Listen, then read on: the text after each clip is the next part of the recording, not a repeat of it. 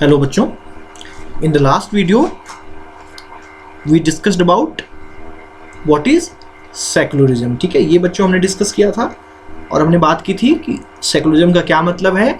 Religion और state दोनों का अलग अलग होना। ठीक है, स्टेट किसी रिलीजन को फॉलो नहीं करेगा। ठीक है, अब हम आ जाते हैं नीड ऑफ सेकुलरिज्म। इस वीडियो में हम क्या डिस्कस करेंगे बच्चों? Need of secularism. ठीक है, कि सेकुलरिज्म की नीड क्या है, क्यों किसी कंट्री को सेकुलर कंट्री होना चाहिए, क्यों किसी रिलीजन को नहीं फॉलो करना चाहिए किसी कंट्री को। लोग फॉलो करेंगे वहाँ पे रहने वाले, उसमें कोई नहीं, उसमें कोई दिक्कत नहीं है। ठीक है, people will follow whatever religion they want to follow, but the nation, the country, the state will not support, will not follow any religion. ठीक है, so the major question of this topic is why is it important to separate religion from the state. ठीक है, ये question भी आ सकता है बच्चों। ठीक है, एग्जाम में इसी तरह से आ सकता है। ठीक है, तो इसको देखते हैं कि क्या, क्यों ऐसा है, क्यों हमें सेकुलर कंट्री बनाना चाहिए या किसी कंट्री को सेकुलर होना चाहिए। ठीक है बच्चों, यहाँ पे स्क्रीन पर आपको कुछ न्यूज़पेपर क्लिपिंग्स, कुछ फोटोग्राफ्स दिख रहे होंगे।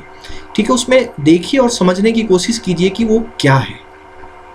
ठीक है, इसमें जो फोटोग्राफ है लेफ्ट में, ठीक है, जिसपे ये BBC न्यूज़ लिखा हुआ है, ये सभी ज्यूज़ हैं। देखिए इसमें कुछ बच्चे दिख रहे हैं, है ना। ज्यूज़ यहूदी धर्म जो मानने वाले होते हैं उनको ज्यूज़ बोलते हैं। ठीक है बच्चों, ये भी ज्यूज़ हैं, ये भी यहूदी हैं।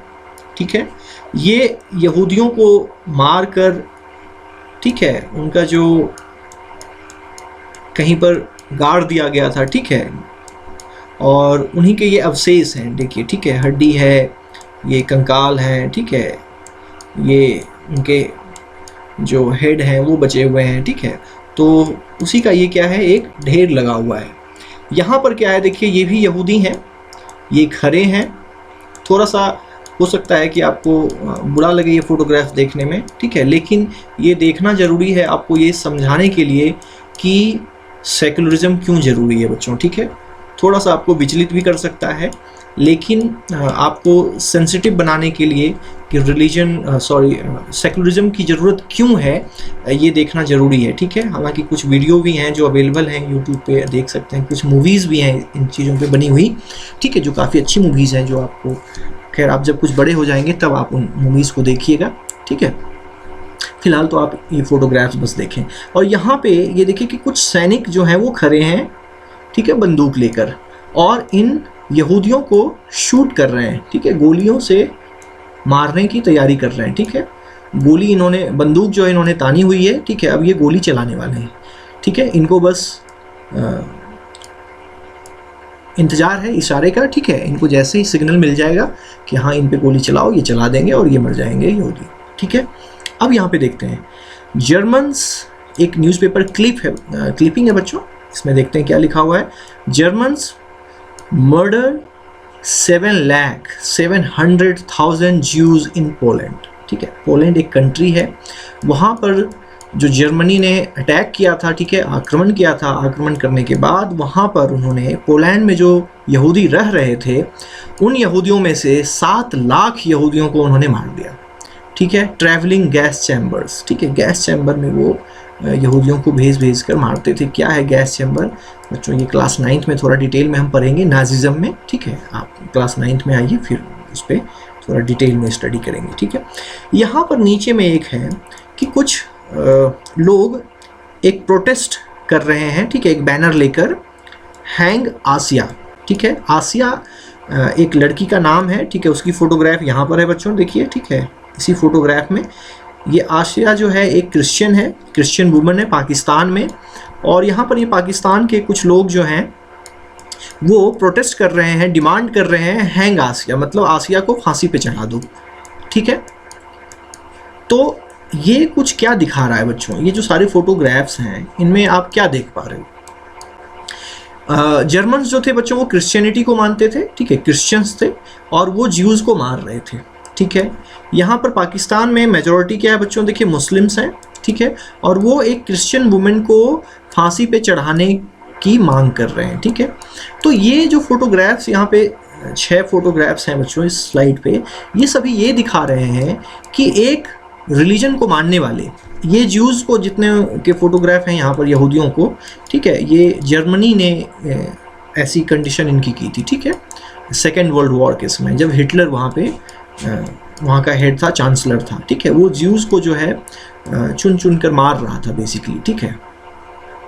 तो यहाँ पर हम ये देख रहे हैं कि एक रिलीजन है ना, जैसे कि जर्मन्स, ठीक है, जो क्रिश्चियनिटी को मान रहे थे उस समय, जो मानते थे, वो यहूदियों को, एक दूसरे रिलीजन को मानने वाले लोगों के खिलाफ क्या कर रहे थे, डिस्क्रिमिनेशन कर रहे थे, उनको मार रहे थे। उसी तरीके से पाकिस्तान में हम देखते हैं एक क्रिश्चियन वुमेन को मारने की, ठीक है, उसको फांसी पे चढ़ाने के लिए लोग जो हैं वो प्रोटेस्ट कर रहे हैं, वो डिमांड कर रहे हैं, ठीक है, कि उसको फांसी दो, ठीक है। तो जो मेजॉरिटी है रिलीजन को मानने वाली, जैसे पाकिस्तान में इस्लाम को मानने वाले मेजॉरिटी में है, तो वो जो छोटे कुछ कम संख्या में हैं क्रिश्चियनिटी को मानने वाले, जैसे आसिया बीबी, इनके खिलाफ डिस्क्रिमिनेशन करते हैं, इनके साथ जो है ज्यादती करते हैं, इनके साथ अन्याय करते हैं, ठीक है, जैसे कि जर्मनी में यहूदियों के साथ जर्मन्स ने किया, ठीक है, जर्मन क्रिश्चियंस ने जो किया, ठीक है। तो हम देखते हैं कि इससे क्या पता चलता है कि जब कोई कंट्री, जब स्टेट किसी रिलीजन को सपोर्ट करने लगे तो दूसरे रिलीजन को मानने वालों की क्या आ जाती है, खराब दिन आ जाते हैं, ठीक है, और उनकी हत्याएं होने लगती हैं, उनके खिलाफ जो है अन्याय होने लगता है। तो ये सबसे बड़ा कारण है जिसकी वजह से जो है हमें सेकुलरिज्म को सपोर्ट करना चाहिए। अगर कंट्री जो है सेकुलर नहीं है तो ये सारे जो फोटोग्राफ्स आप देख रहे हैं स्क्रीन पर, इस तरह की एक्टिविटी होने की संभावना हो सकती है कि जो कम मानने वाले हैं किसी रिलीजन को, उनके खिलाफ जो है वहाँ पर इनजस्टिस बढ़ जाए, किलिंग्स बढ़ जाएगी उनकी, ठीक है, उनके खिलाफ जो है डिस्क्रिमिनेशन बढ़ जाएगा, ठीक है बच्चों। तो ये तो एक्टिविटी थी, हमने बात कर ली इस पर, ठीक है। अब हम समराइज करते हैं कि नीड क्या क्या है सेकुलरिज्म के, ठीक है बच्चों, इससे आपको आंसर लिखने में मदद मिलेगी। So why is it important to separate religion from the state, ठीक है, ये जो पॉइंट्स हैं यही आंसर हो जाएंगे अगर ये क्वेश्चन आता है बच्चों, ठीक है। तो सबसे पहला जो नीड है बच्चों, क्या, to stop the discrimination and persecution of religious minorities, कि किसी कंट्री में देखिए बच्चों कुछ ना कुछ रिलीजियस माइनॉरिटीज होते हैं, मतलब कुछ रिलीजन को मानने वाले बहुत कम संख्या में होते हैं। जैसे इंडिया में हम बात करें तो बुद्धिज्म को मानने वाले, ठीक है, जैनिज्म को मानने वाले, यहूदी धर्म को मानने वाले, पारसी धर्म को मानने वाले बहुत कम हैं, बहुत ही कम संख्या में हैं।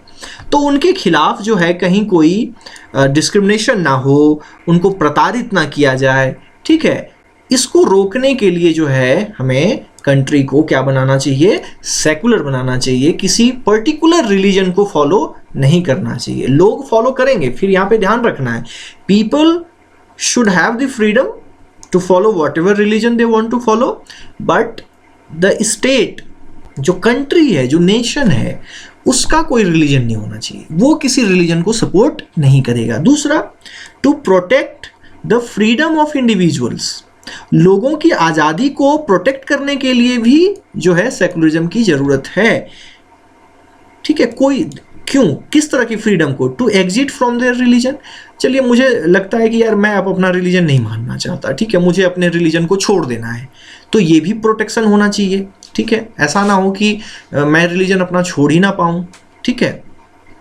टू एडॉप्ट अनदर रिलीजन, एक इंडिविजुअल को ये भी फ्रीडम होना चाहिए कि वो अपना रिलीजन छोड़कर कोई दूसरा रिलीजन भी एडॉप्ट कर पाए, ठीक है। ये सेकुलरिज्म के क्या है, सेकुलरिज्म होगा तभी ये हो पाएगा, ठीक है। To interpret religious teachings differently, कि जरूरी नहीं है कि कोई व्यक्ति ये कह रहा है कि मेरा रिलीजन ऐसा है, मेरे रिलीजन में इस तरह से चीज़ें हैं, तो मैं उससे एग्री करूं। मैं कहूँगा कि नहीं, मेरा सोचना अलग है, मैं सोचता हूँ कि मेरा रिलीजन ऐसा है, मेरे रिलीजन में इस तरह की बातें हैं, ठीक है। तो ये भी होना चाहिए, ये नहीं कि कोई एक व्यक्ति जो है मौलवी जी या पंडित या फिर पादरी ये बोल दे कि हाँ नहीं क्रिश्चियनिटी में ये है, इस्लाम में ये है, तुम्हें यही फॉलो करना पड़ेगा, या पंडित ये बोल दे कि नहीं ऐसा ही है वेदों में, ठीक है, श्रीमद् भगवद गीता में तो आपको यही फॉलो करना है। नहीं, मैं खुद इंटरप्रेट करूँगा अपने रिलीजन को, ठीक है, मेरे पास दिमाग है, मेरे पास रीजन है, ठीक है ना, जो भी ईश्वर है, जो ऊपर की एक ताकत है, उसने मुझे दिमाग दिया है सोचने के लिए, तर्क करने के लिए, तो मैं अपने तरीके से अपने धर्म की व्याख्या करूँगा। तो सेकुलरिज्म ये रहेगा तभी होगा, है ना। ऐसे क्या होगा कि आप जैसे इस तरह की बातें करेंगे, आपको जो है जो वहाँ की पुलिस होगी उस स्टेट की, उस नेशन की, वो आपको पकड़कर जेल में बंद कर देगी अगर वो सेकुलर स्टेट नहीं होगा तो। जैसे कि पाकिस्तान में होता है, जैसे आपने कुछ इधर उधर की बात की, वो आपको पकड़कर जेल में भेज देते हैं, जैसे कि, और कभी कभी फॉल्स केस भी कर देते हैं। जो आसिया बीबी का केस था वो यही था बच्चों, ठीक है। उन्होंने फॉल्स केस कर दिया इन पर, आसिया बीबी पे, कि आसिया बीबी ने जो है पैगंबर साहब का, ठीक है, इंसल्ट किया है, अपमान किया है, ठीक है, जो कि एक झूठा केस था। बाद में पाकिस्तान की ही सुप्रीम कोर्ट ने आसिया बीबी को फ्री किया, ठीक है, बाइज्जत बरी कर दिया, ठीक है, कि ऐसी कोई बात नहीं थी और वो केस झूठा था, ठीक है। तो इस तरह से हम देखते हैं कि अगर कोई कंट्री सेकुलर नहीं होता है तो वहाँ पे किस तरह से रिलीजियस जो माइनॉरिटीज़ हैं उनके खिलाफ किस तरह से डिस्क्रिमिनेशन होता है, इनजस्टिस होता है, ठीक है। अब हम एक एक का मतलब देखेंगे बच्चों, ठीक है, कि क्या इसका मतलब हो सकता है। तो यहाँ देखिए, to stop the discrimination and persecution of religious minorities, ठीक है। तो देखिए अगर जो कुछ, जैसे कि यहाँ पे देखिए किसी कंट्री में लिखा हुआ है Muslims go back, go home, ठीक है, तो ये नहीं होना चाहिए। Save Christians in the Middle East, stop killing Christians in Pakistan, जो आसिया बीबी का केस है। Stop Hindus killing Hindus in Pakistan, Hindus Christian इन सबको, जो भी माइनॉरिटीज़ हैं पाकिस्तान में, उनको मारा जा रहा है, ठीक है। तो ये सारी चीज़ें नहीं होनी चाहिए, ठीक है। तो लेकिन वो कब नहीं होंगी, जब वो कंट्री सेकुलर होगा। तो पाकिस्तान सेकुलर है ही नहीं, ठीक है, वो एक पर्टिकुलर रिलीजन को सपोर्ट करता है, तो दूसरे रिलीजन मानने वालों को क्या है, वहाँ पे कम राइट्स दिए जाते हैं, ठीक है, उनको उतने अधिकार नहीं है, उनके खिलाफ जो है इनजस्टिस होता है, अन्याय होता है, ठीक है। तो इस तरह की चीज़ें हैं, ठीक है। तो ये सब नहीं हो, ठीक है, ये सारे डिस्क्रिमिनेशन नहीं हो, ये क्रॉस, रेड क्रॉस जो दिखा रहा है कि ये सही सब चीज़ें नहीं होनी चाहिए, उसके लिए हमें सेकुलरिज्म का होना जरूरी है, ठीक है। किसी भी कंट्री को सेकुलर होना जरूरी है, ठीक है। दूसरा फ्रीडम के बारे में है ना, to protect the freedom of individuals, कि इंडिविजुअल्स के जो फ्रीडम है रिलीजन को फॉलो करने की, उसको प्रोटेक्ट करने के लिए भी सेकुलरिज्म का होना जरूरी है, ठीक है। तो पहला जो है फ्रीडम, वो क्या, to exit from the religion, कि मैं जो रिलीजन फॉलो कर रहा हूँ, मेरा मन हो गया, ठीक है, मुझे नहीं फॉलो करना है, मुझे बाहर निकलना है इससे, ठीक है। तो उसका बच्चों यहाँ पे एक मैंने आपको एग्जाम्पल दिया है, ठीक है, न्यूज़पेपर से, ठीक है। ये जो है तस्लीमा नसरीन है, ये बांग्लादेशी राइटर हैं, ऑथर हैं, ठीक है। और इन्होंने क्या किया कि बांग्लादेश में कुछ इन्होंने लिखा विमेन राइट्स के बारे में, और ये कि मुझे रिलीजन नहीं मानना है, ठीक है, मुझे छोड़ना है रिलीजन, ठीक है। तो उसी की बात हो रही है, ठीक है। तो ये जैसे कि इंडिविजुअल हैं, अल्टीमेटली क्या हुआ, बांग्लादेश ने इन्हें देश निकाला दे दिया, इनको बांग्लादेश छोड़ के भागना पड़ा, नहीं तो वहाँ पे उनको फांसी की सज़ा दे दी जाती, या जेल में दे दिया जाता, ज़िंदगी भर ये फिर जेल में काटती, या फिर हो सकता था फांसी पे भी चढ़ा दिया जा सकता था इनको। मतलब इनको ये भी फ्रीडम नहीं था कि ये अपना रिलीजन छोड़ सकें, ठीक है। तो देखिए यहाँ पे लिखा हुआ इन्होंने ना, don't call me Muslim, I am an atheist. तो ये फ्रीडम होना चाहिए कि मैं अपना रिलीजन छोड़ सकती हूँ या छोड़ सकता हूँ, ठीक है। And I am an atheist, मतलब मैं कोई रिलीजन नहीं मानती, सिंपल, ठीक है, मैं किसी रिलीजन को नहीं फॉलो करूँगा या नहीं करूँगी, ठीक है। तो ये फ्रीडम भी होना चाहिए। तो ये फ्रीडम कहाँ पर मिलेगा, जहाँ पर जो कंट्री सेकुलर होगी।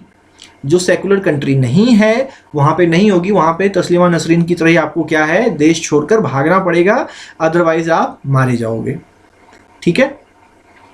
ये कार्टून यही दिखा रहा है बच्चों, ठीक है, believer hurt by non believer, ठीक है। जैसे कि ये इन्होंने बोला कि मुझे रिलीजन छोड़ना है, तो जो बिलीवर हैं वो काफ़ी गुस्से में आ गए, ठीक है। Non believer hurt by believer, है ना। बिलीवर ने क्या किया कि नॉन बिलीवर जो हैं, जिन्होंने बोला कि मुझे कोई रिलीजन नहीं मानना है, उनको सीधा जो है उनकी हत्या कर दी, है ना, चाकुओं से। बांग्लादेश में ये काफ़ी हो रहा है आजकल, न्यूज़ में भी बच्चों, वहाँ पे जो भी लोग रिलीजन के खिलाफ कुछ थोड़ा बोल रहे हैं, वो उनकी हत्या हो जा रही है, ठीक है।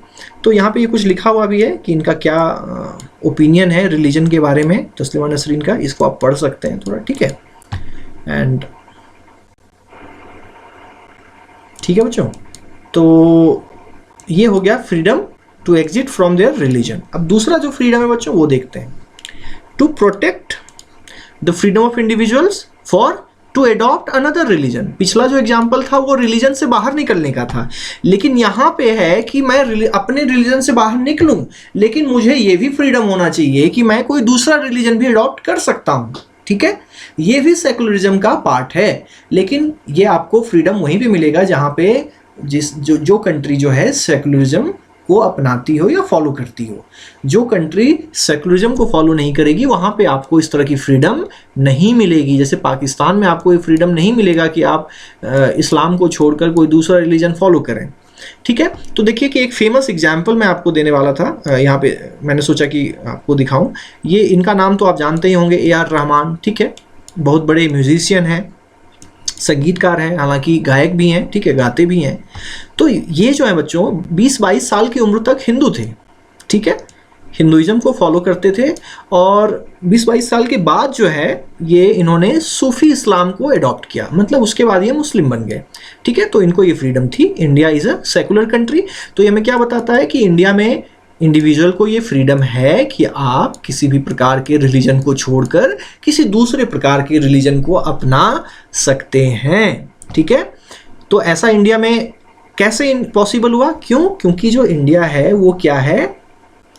सेकुलर कंट्री है। तो किसी भी सेकुलर कंट्री में आपको ये फ्रीडम मिलेगा। यहाँ पे देखिए, यहाँ पे लिखा हुआ होगा, आपको दिख जाएगा, born Hindu Rahman converted to Islam when he was in his 20s, है ना। 20s का मतलब है कि 20 से लेकर 30 साल के बीच का जो समय होता है ना। तो 20-22 साल की उम्र में ही जो है ये कन्वर्ट हुए थे। After the early death of his father his family experience difficult times. Sufism influenced his mother, है ना। इनकी जो माता जी थी उनको जो है सूफी इस्लाम ने प्रभावित किया। And who was a practising Hindu, ठीक है, वो हिंदुइज्म को प्रैक्टिस कर रही थी। ठीक है, बट बाद में उन्होंने धीरे धीरे जो है इस्लाम को अपना लिया। ठीक है, तो ये एक एग्जांपल है कि किस तरह से इंडिविजुअल को फ्रीडम है किसी रिलीजन को छोड़कर दूसरे रिलीजन में कन्वर्ट होने का, दूसरे रिलीजन को अडॉप्ट करने का। ठीक है, तो ये उसी कंट्री में हो पाएगा जिस कंट्री में सेकुलरिज्म हो। अब तीसरा आ जाता है, to protect the freedom of individual. तीसरा point, to interpret religious teachings differently. मतलब हमारे जो रिलीजियस टीचिंग्स हैं उनको हम अलग तरीके से इंटरप्रेट कर पाएँ। ये नहीं कि किसी ने बोल दिया कि यही है तो वही है। ठीक है, हम खुद, ठीक है, अपने रिलीजन को इंटरप्रेट करें अपने तरीके से। ठीक है, तो जैसे कि ये तस्लीमा नसरीन है, वही बांग्लादेश की, ठीक है, राइटर हैं। इनकी बात हमने पहले भी की। इन्हीं का एग्जांपल यहाँ पे देता हूँ। देखिए यहाँ पे क्या लिखती हैं, आई सेड रिलीजन ऑप्रेसेस वीमेन। ठीक है, कुछ लोग ऐसा नहीं बोलते हैं, ठीक है, लेकिन इन्होंने कहा कि नहीं ऐसा है, ये मानती हैं ऐसा, ये इनका इंटरप्रिटेशन है। ठीक है, ये जो है ये इनका इंटरप्रिटेशन है। Laws should be based on equality not on religion, ये कहती हैं। ठीक है, women should have equal rights in marriage, divorce, child custody and inheritance. ठीक है, जैसे रिलीजियस बेसिस पे कुछ लॉज बने हुए हैं ना, आजकल न्यूज़ में भी था, काफ़ी चीज़ें थी। ठीक है, थोड़ा कंट्रोवर्शियल हो जाएगा, लेकिन वो आप समझ पा रहे होंगे कि किस लॉज की मैं बात कर रहा हूँ। ठीक है, उसी लॉज के बारे में जो है ये भी थोड़ा बात कर रही हैं, और ये हर एक रिलीजन के बारे में बात कर रही हैं। ठीक है, ऐसा नहीं कि किसी एक पर्टिकुलर रिलीजन के बारे में, ये हर एक रिलीजन के बारे में बोल रही हैं कि आई सेड रिलीजन ऑप्रेसेस विमेन। कोई भी रिलीजन हो, ठीक है, उसमें जो है मैन को ज़्यादा राइट्स दिए गए हैं और विमेन को कम। तो यही बोलती हैं कि मैं उस रिलीजन को फॉलो नहीं करूंगी जहां पर इनइक्वालिटी हो बिटवीन मैन एंड विमेन। तो मैं बिना रिलीजन के रहना चाहती हूँ, आई एम एन एथेइस्ट, है ना। और ये कहती हैं कि laws should be based on equality, equality भी बेस्ड होना चाहिए, ना कि रिलीजन पे। ठीक है, तो ये इनका अपना क्या है, इंटरप्रिटेशन है रिलीजन के बारे में। ठीक है, तो ये फ्रीडम भी होनी चाहिए किसी को कि वो अपने तरीके से, ठीक है, अपने मेथड से जो रिलीजन है उनके बारे में बात कर पाए, उनके बारे में अलग तरीके से सोच पाए। ठीक है, तो ये भी एक क्या है, नीड है सेकुलरिज्म की, और ये वहीं पर आपको पॉसिबल होगा बच्चों। इसी का दूसरा एग्जाम्पल है, देखिए ये हमारे हैं फादर ऑफ द कॉन्स्टिट्यूशन, है ना, इनको बोला जाता है, BR अम्बेडकर हमारे, ठीक है। इन्होंने क्या है कि एक ऐसे लिखा था बच्चों, निबंध लिखा था, रिडल्स इन हिंदुइज्म। देखिए ये यहाँ पर अम्बेडकर साहब जो हैं वो भी रिलीजन को अलग तरीके से इंटरप्रेट कर रहे हैं, ठीक है। तो अपने अंतिम दिनों में, ठीक है, उसके बाद मतलब जब इनकी अवस्था काफ़ी हो गई थी, ठीक है, और कुछ सालों बाद इनका निधन हो गया, उसमें इन्होंने बुद्धिज़्म को अपना लिया था, ठीक है। तो यहाँ पे वही इन्होंने लिखा है कि why Ambedkar chose Buddhism over Hinduism, Islam and Christianity. ये बॉर्न तो हिंदुइज्म में हुए थे, फॉलो इन्होंने हिंदुइज्म किया काफ़ी दिनों तक, लेकिन अपने अंतिम दिनों के समय इन्होंने बुद्धिज़्म को अपना लिया था, ठीक है। तो यहाँ पे बस ये है कि ये क्या कहते हैं तीनों रिलीजन के बारे में। तो ये कहने का मतलब ये है कि ये इंटरप्रेट कर रहे हैं, अपने तरीके से इंटरप्रेट कर रहे हैं कि रिलीजन के टीचिंग्स को, ठीक है, किसी को फॉलो नहीं कर रहे, ये बोल रहे हैं भाई मुझे ये समझ में आ रहा है, ठीक है, और मैं इसी तरीके से इनको देखता हूँ। तो अम्बेडकर ये बोलते हैं, what separates Buddha from the rest of the other is his self abnegation. All throughout the Bible, Jesus insists that he is the son of God. Jesus ये बोलते हैं कि मैं God का बेटा हूँ, and that those who wish to enter the kingdom of God will fail if they do not recognize him the son of God. ठीक है, जीसस ये बोलते हैं, ये अम्बेडकर बोल रहे हैं कि बाइबल में ऐसा लिखा हुआ है कि जीसस ये बोल रहे हैं कि मैं गॉड का बेटा हूँ, और जो भी, ठीक है, गॉड के किंगडम में एंटर करना चाहता है उसे मुझे मानना पड़ेगा कि मैं गॉड का सन हूँ, ठीक है। अब ये मोहम्मद के बारे में बोलते हैं, ठीक है, पैगंबर साहब जो इस्लाम के पैगंबर हैं, मोहम्मद साहब। Mohammed went a step further, like Jesus he also claimed that he was the messenger of God, but he further insisted that he was the last messenger, ठीक है।